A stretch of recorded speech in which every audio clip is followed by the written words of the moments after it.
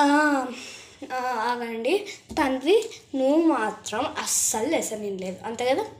Only పేర్లు గీత, శ్వేత, లాస్య అవే విన్నావు కదా. నాకు అర్థమైంది తండ్రి అప్పుడు నీ భాష చూసి. ఇప్పుడు వేరే లెసన్, అసలు నోట్స్ ఇవ్వాలి దానికి. లెసన్ చెప్తున్నా, ఓవర్ యాక్టింగ్ చేసినారో చంపకేసి పీకుతా. ఆ లెసన్ పేరు పిసినారి. ఆ లెసన్లో రాము, గాము అని ఇద్దరన్న తమ్ముళ్ళు ఉంటారు. ఆ గాము ఏమో పిసినారి కాకుండా అలా అక్షరాల్లో సంపాదించి మొత్తం కూడా పెట్టేస్తుంటాడు. రాము ఏమో రోజు సంపాదించిందంతా ఒక గిన్నెలో వేసి ఒక బాక్స్లో పెట్టి అది పూడ్చేవాడు రాత్రి. అలా రోజులు గడిచాక ఒక దొంగ చూసేసింటాడు రాము పూడ్చేది.